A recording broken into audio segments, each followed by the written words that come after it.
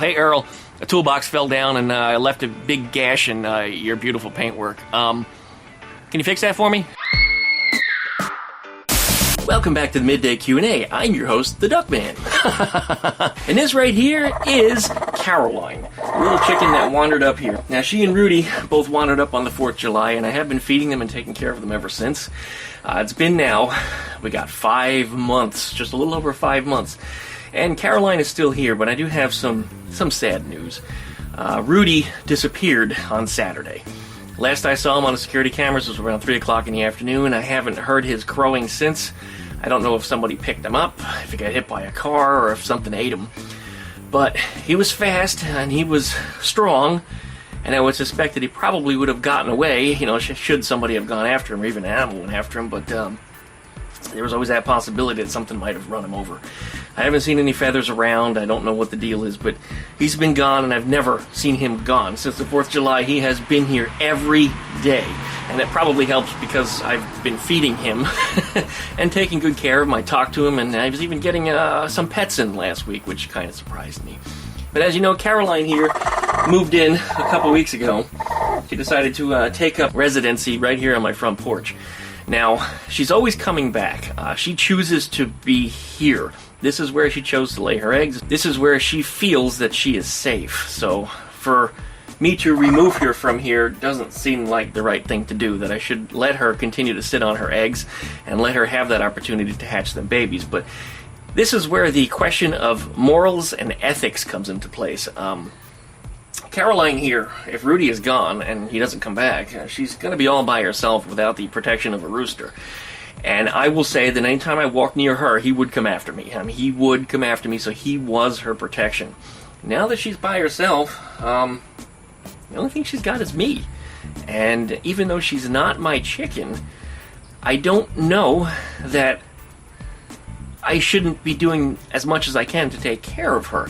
I mean, she is a living creature, and she's about to hatch out 7 eggs that are underneath her, which I've candled, by the way, and there are dark masses in them that continue to get bigger. I don't see any obvious veining, but I've never looked at veining before, so I don't even know if it looks like what I picture it in my mind. But like I said, there is a dark mass in 5 of the eggs. 2 of them appear to be semi-clear. I can see the yolk in it, but barely, and the others are dark masses are growing. So I think we could end up with up to 5 little baby chicks here, and if I let them hatch right here on the front porch and they just jump off this table that she's chosen to take up residency on, the local cats and things they're going to destroy them, and she will probably get run off or eaten by something, or maybe even hit by a car herself. So this is where the moral and ethics question comes in. Even though she's not my chicken and she is in need, do I take her in?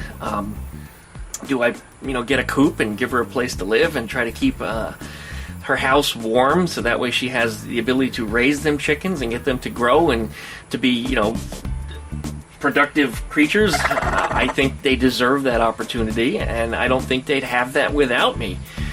So this is a hard one. It hits me kind of hard because this is only 2 weeks after we lost Krash, and I've got another opportunity to take in a little something that needs my help.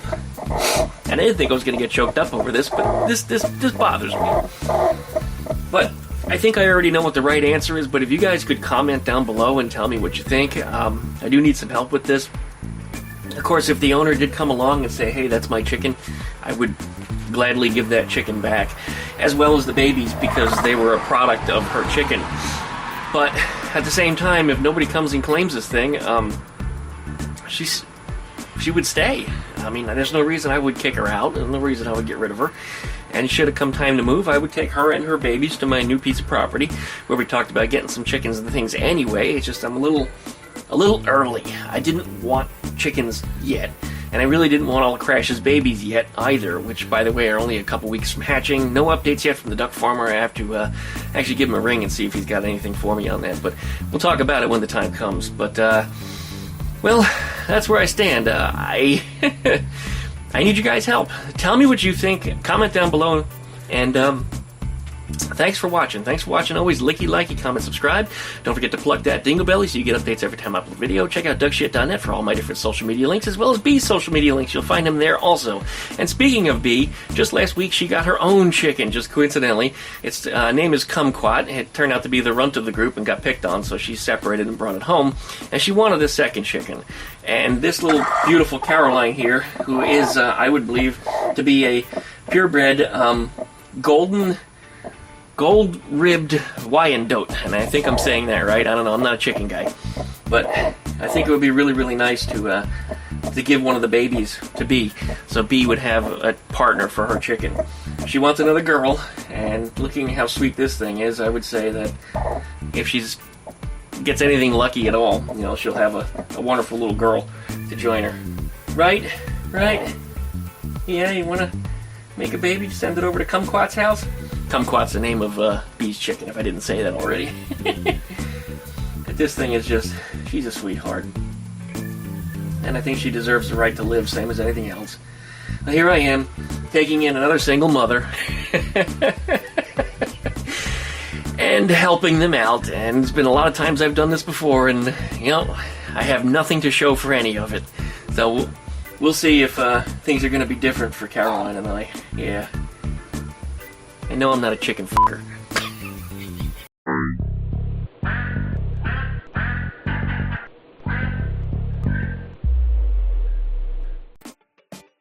Welcome back, everyone. Well, here in the yard. Yeah. We got the ATVW behind me, we got Gregory the bus back there, and we got Ruby. Ruby has been exhibiting some really weird problems lately. It's something that's been going on for probably going back as far as, let's say, February, March. So it's been all year long. This thing's been acting a little quirky. And the funny thing is I'll start her and she'll run fine. I can drive her around all day, no problems. If I shut her off and leave her off for even just a couple minutes, if I come back, she won't start.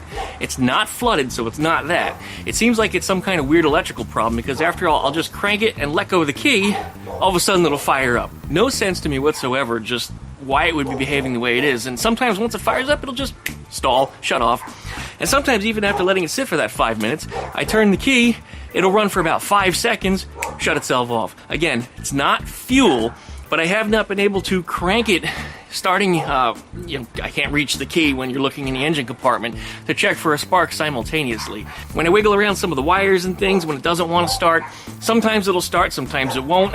I've never found any rhyme nor reason to any particular wire being loose, so it never made any sense to me as what's going on here. I think it's either the coil, the ignition module, because it is an electronic ignition, or there's some kind of wire that's broken internally someplace that's just disconnecting. And I don't understand why I would shut it off after running it all day and then come back 5 minutes later and it doesn't start. It'll crank over like crazy. Fuel is coming out of everywhere, but it will not fire. It just doesn't make any sense to me. I can't figure it out. Of course, once it fires like nothing happened. It doesn't act like it was flooded, so it's not that. And of course, we know it's getting fuel because you can see it. So I don't know. Maybe somebody down there in YouTube land has a suggestion for me, but I think it's one of those three things. Once again, coil, the ignition module, or some kind of wire has a little broken connection in it that I have not found yet. So I'm going to hook up a remote starter switch on Ruby, which is something I think all Volkswagens kind of need anyway. So that way you can reach in the engine compartment and hit a button so you can crank it over and you can do diagnostics on things like the ignition system, which you can't do otherwise. You need two people. Pain in the ass. ATVW is over here. Still needs some work. I still need to finish up the rear brakes on them. I need to get a little more finished up here and there on that. I can't even wrap my mind around everything that's gone on in there because I haven't touched it in several weeks. And I love this project. I want to start taking it out to some of the car shows this season. So this will be going out. I also finally found streetable tires for this thing. They're not as low profile as this. They're going to be about an inch taller. Boo-hoo. I mean, boo-hoo, such a big deal. I want it exactly as close as I can get to this, but only an inch higher isn't going to kill anybody. I think it'll work out just fine. And they're also not ridiculously overpriced. All the tires that I have found were all off-road slicks, kind of like these, and they were running around $350 to $500 a tire. One tire. Just, that's bonkers. And some people said, well, just go ahead and, carve a tread into it yourself. Yeah, and they'll look like they're shitty homemade tires. Not for me, not what I'm looking to do. If I was an off-road mudder or something and I really wanted that extra grip and I wanted to fine-tune a tire, fine, doesn't matter what they look like. But when this thing is going to shows and people are looking at it, I don't want it to look like bullshit. This thing was always meant to look like it was perhaps something that was stock, something that was built this way. As noodly and as strange as it is, you probably notice that's a common pattern among everything that I build, is I always try to make it look like it came out of the factory that way. Whether it be the Doodle Bastard, the ATVW, or Eleanore, and even Gregory when we get to working on him sometime next year, I always try to make everything look like it rolled out of the factory that way and to the showroom and was sold to somebody and bought such. This thing is ridiculous as it is. When you get a good look at it, everything just fits together on it like it was meant to be. You know, there's not all kinds of weird things like an exhaust pipe up in your face or something really stupid. I've seen a lot of people with strange projects that, you know, oh, look, Duck Man, look at this.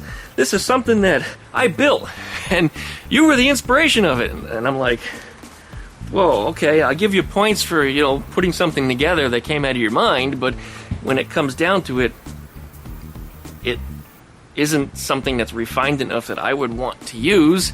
It isn't something that looks like it. So, you know, they didn't put that extra effort into that little extra bit to make it look like it was original. Another thing I built, and it's something I haven't talked about, the CR500 street racer bike. That's something that, I started my YouTube channel with that thing.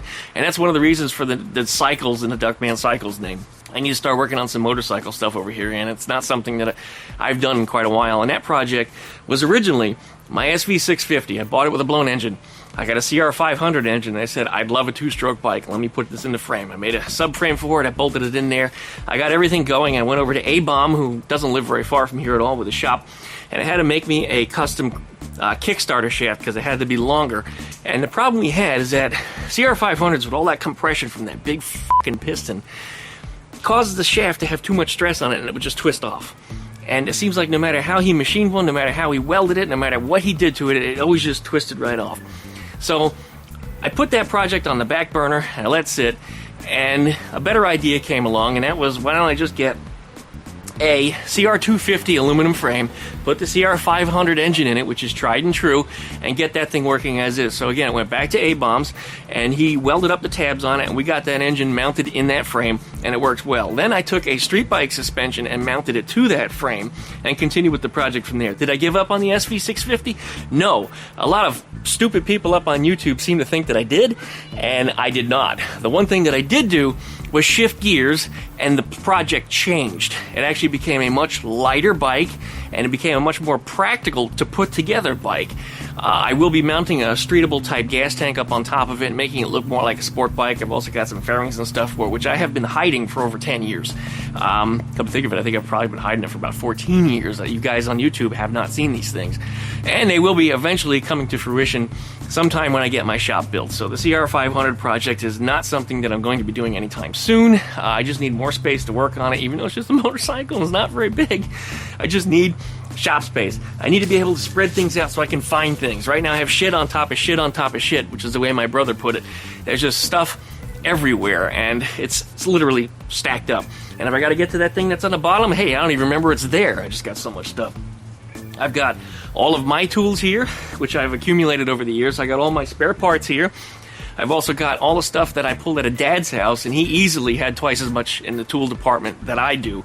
So that's in my garage also. Eleanore will be coming home soon. I had a discussion with Earl this past week, and he gave me some updates as to what's going on. Now, I can't give you a date, because I guarantee you that if I give you that date, there's going to be people that are going to hold me to it, and they're going to constantly comment, you know, this date has passed, or this date is here, where is Eleanore? I don't want to hear that shit. I don't promise anything to anybody on YouTube if I don't know that it's actually going to happen on that date.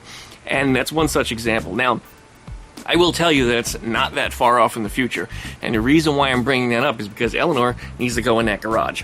So I have to figure out what I'm doing with all of those tools, and the motorcycles, and all the other things around that are precariously stacked that could fall and hit that paint. I don't even know. Well, let's just say I don't want to have that conversation with Earl. Hey, Earl, a toolbox fell down and I left a big gash in your beautiful paintwork. Can you fix that for me? Not a conversation that I want to have. So I need to get her in the garage somehow, some way. Her chassis is already in there. It's currently buried under tools. I have to get all those tools back out. I have to find a place to put them. Garage tent's not an option. Florida humidity, just too damp. Everything will rust. So tools will just be ruined. Power tools won't last very long. Not an option. And then there's always these people that say, well, why don't you just build a garage?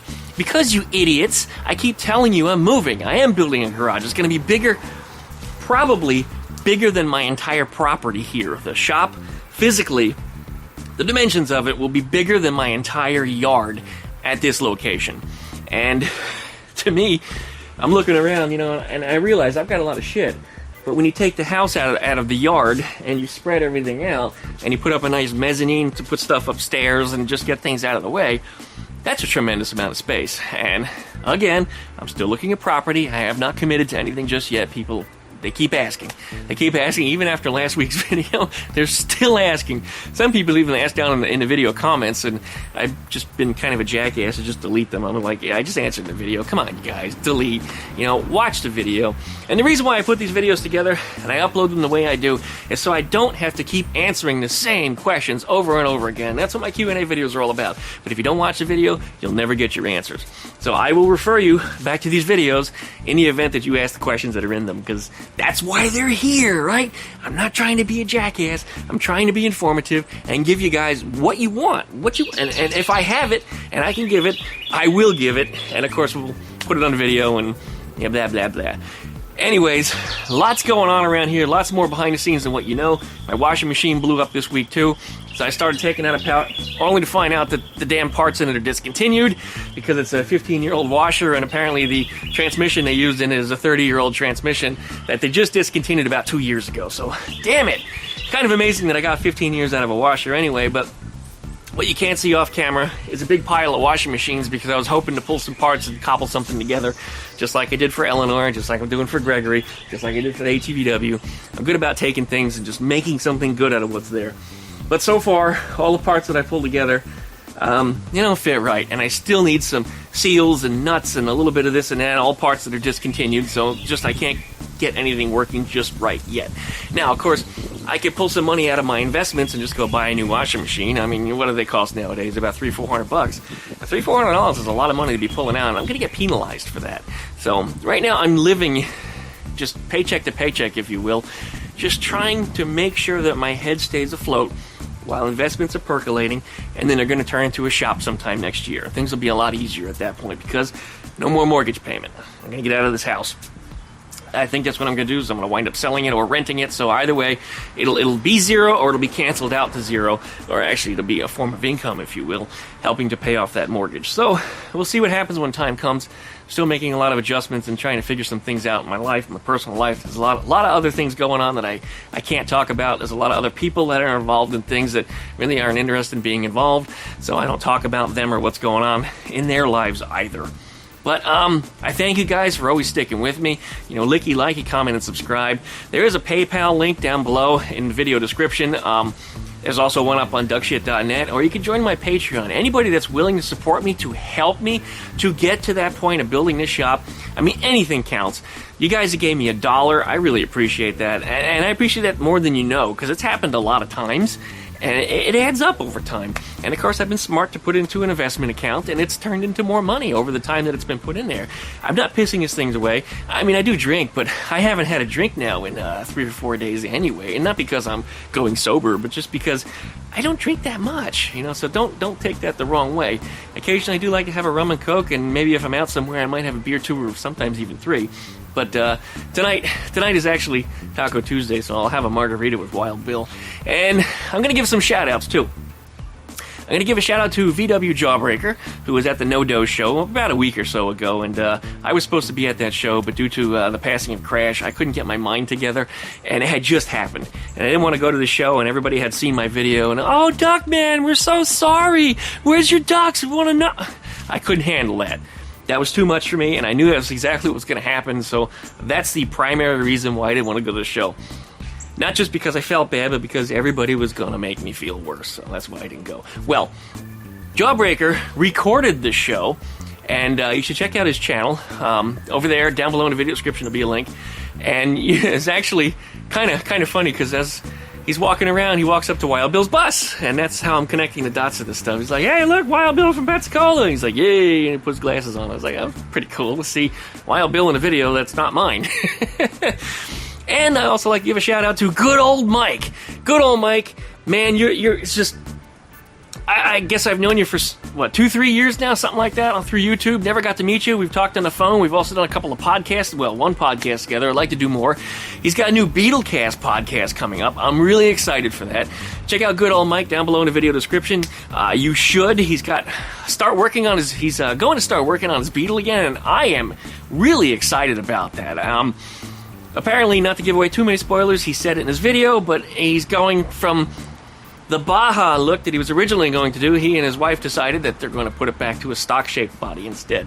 And I kind of like that. Again, I like to get things that look like they came off the showroom floor that way, and for him to put the body back together, to me, that is special. And it requires a little extra work to make it look, as nice as it would have. And I don't remember if he's got the front end or rear end clipped off of it like they do to a Baja. I can't recall. I'd have to go back and look at some of his videos. But it's just really cool to see him getting back into things. He had a lot of stuff going on in his life, just like me, and I can relate. But I missed him at the No-Do show, and he also got a little No-Do video himself. And when he was looking at the Fridolin, if you're looking around in the background, there's Wild Bill! Which was kind of amusing to me because I wasn't expecting it. I'm looking at the Frid, as the camera pans over, I'm like, I heard his voice, and there he is. I was like, that's incredible. See Wild Bill again out in the wild in somebody else's video is always interesting me because that stuff isn't local, he's way out on the other side of Florida. And you say, oh, Florida, it's a local show. Well, it's not. Really, it's not. It's like 500 miles from here, and 500 miles is a lot of miles. If you ever do any driving, especially in an old Volkswagen, 500 miles is very far. It takes you a long time to get there. Well, anyways, thanks, everybody, for listening to me, as always. Licky, likey, comment, and subscribe. Don't forget to pluck that dingle belly so you get updates every time I upload a video. Check out DuckShit.net for all of my different social media links. Don't forget to check out all the links that are there for Earl, for B, and for my stuff, and for anybody else that you ever see active on my YouTube channel. There's also links down there. Please check them out. Please support them, as always. Hit up my PayPal, my Patreon. Yes, I have a Patreon. I do a lot of uploading, a little quirky things up on my Instagram. Check that out. Don't forget about it. And, of course, there's my Facebook group page, which was constantly active. It seems like the almost 2 weeks that I couldn't get my head together after losing Krash, my supporters and followers that actively use the Facebook page were still very active and carried it for me while I wasn't there, and that to me is just incredible. I have some really good and incredible friends, and shout out to all you guys up on the Facebook group page. Thank you. Anyways, we'll see you next time.